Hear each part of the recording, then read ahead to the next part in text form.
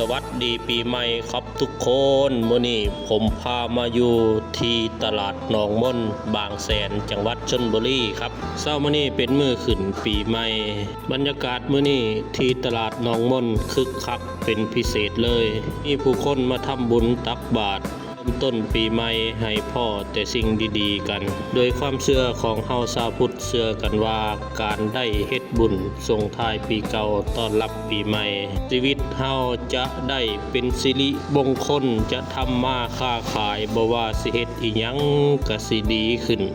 การตักบาตรในวันขึ้นปีใหม่ถือเป็นประเพณีที่คนไทยปฏิบัติสืบต่อกันมาอย่างยาวนานเป็นการเสริมสิริมงคลให้กับชีวิตเริ่มต้นปีด้วยจิตใจสงบอิ่มบุญและมีพลังบวกตลาดหนองม่นถือเป็นอีกหนึ่งจุดสำคัญของบางแสนได้มีแต่แหล่งของฝากขึ้นชื่อเท่านั้นแต่ยังเป็นศูนย์รวมของชุมชนในมื้อสำคัญแบบนี้จะเห็นผู้คนในพื้นที่และนักท่องเที่ยวมาร่วมบุญกันอย่างพร้อมเพรียงเฮียงหน้านี่ก็คือเสน่ห์ของงานบุญแบบชุมชนไม่มีแค่พิธีกรรมทางศาสนาแต่ยังสะท้อนถึงความสามัคคีความเอื้อเฟื้อและการช่วยเหลือกันของคนในพื้นที่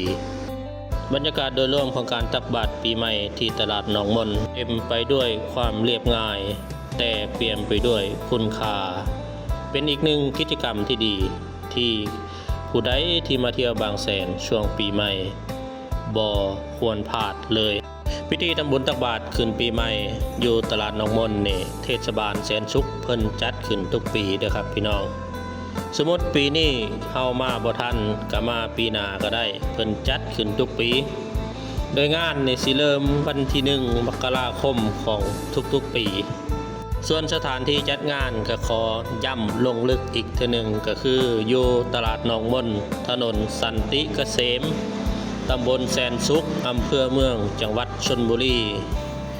โดยเวลางานก็สิเริ่มต้นประมาณ 7 โมงเช้าเป็นต้นไปวิธีการทำบุญตักบาตรส่วนหลายประชาชนชาวพุทธก็สิได้นำข้าวสารอาหารแห้งพวกขนมของสดอีหยังต่างๆตามแต่ศรัทธาของไผลาวตอนนี้ก็ใกล้จะถึงเวลาที่พระสงฆ์มารับบิณฑบาตแล้วจะพาทุกคนไปเบิ่งบรรยากาศสดๆพร้อมกับเสียงดนตรีม่วนๆกันเลยครับ